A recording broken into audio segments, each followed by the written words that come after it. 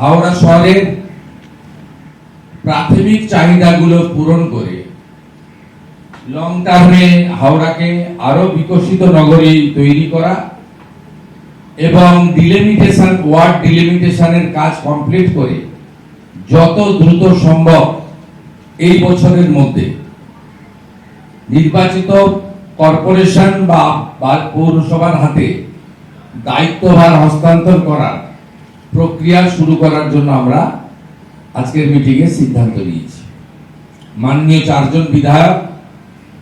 তারা কর্পোরেশনকে, পুলিশকে, জিএম কে পরামর্শ দেবেন আর সেই পরামর্শ অনুযায়ী তারা কাজ করবে। আমরা আর্জেন্ট ওয়ার্ক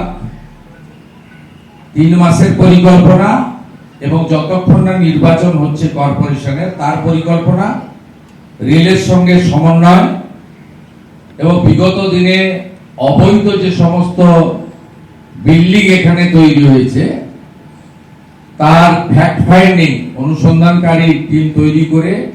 যতগুলো জলাশয় বুঝিয়ে দেওয়া হয়েছে তার বিকল্প জলাশয় তৈরি করার পরিকল্পনা থেকে শুরু করে আমাদের অন্যান্য যে সমস্ত নীতি বিরোধী দুর্নীতি সম্পর্কিত যে সমস্ত কাজ করেছেন কিছু বিল্ডার্সরা, সেই বিষয়ে আমরা আলোচনা করে তদন্ত করার ব্যবস্থা করেছি। রাজনৈতিক হিংসা এবং অন্যান্য আইন শৃঙ্খলা জনিত যা যা ঘটনা বিগত কয়েক বছরে ঘটেছে, ইনক্লুডিং মহিলাদের উপর অত্যাচার, পুলিশকে পরিষ্কার বলা হয়েছে নতুন করে এফআইআর করতে, এফআইআর নিতে, অ্যাকশন নিতে। অনুপ্রবেশকারীদেরকে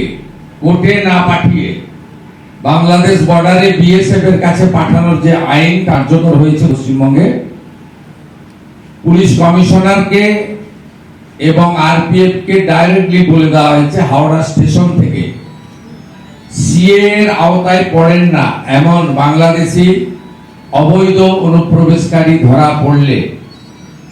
কোর্টে পাঠাবেন না, তাকে ভালো করে খাওয়া দাওয়া করিয়ে সোজা বনগা পেট্রোপল সীমান্তে